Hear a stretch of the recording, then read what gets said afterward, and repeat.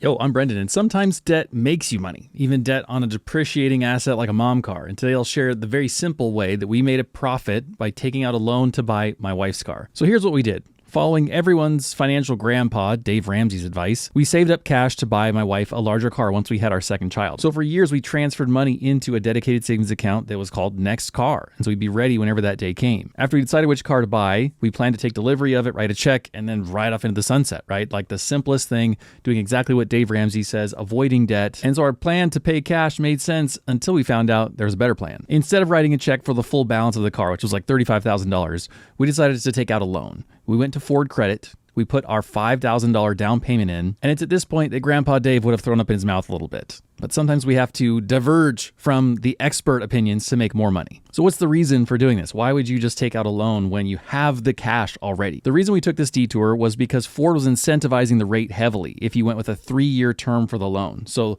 overall, the structure is 36 months of payments, but at 0% interest. And here's a hypothetical question for you. Ask your spouse, ask your friends, what would they do in this situation? If you were approached by a bank and the bank said, "Hello there, we would like to offer you a loan. A 0% interest loan for $10 million.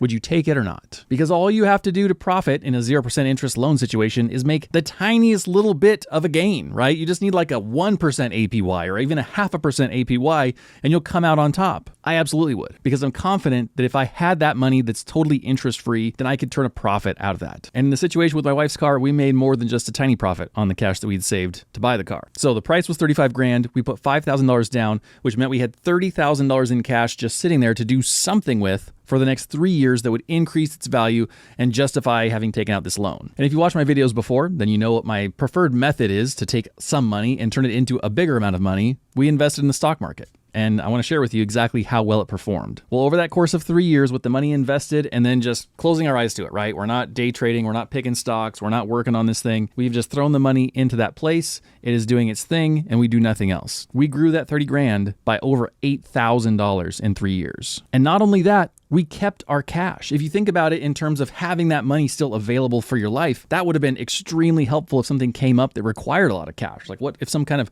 life emergency, some adulting thing would have happened? We could have gone, okay, I'll take the cash. Boop. And if the alternative was true and you had dumped all that cash into that depreciating asset on the driveway, then you can't get the cash back out of it. You would have then had to go find some way to either generate cash or get a loan or whatever. But for me, the thing that stands out the most is how very little extra work this was. We spent a few minutes to sign the loan forms. I set up auto payments to happen every month, so I didn't even have to do that. And as a result, we made enough money to buy a quarter of another car.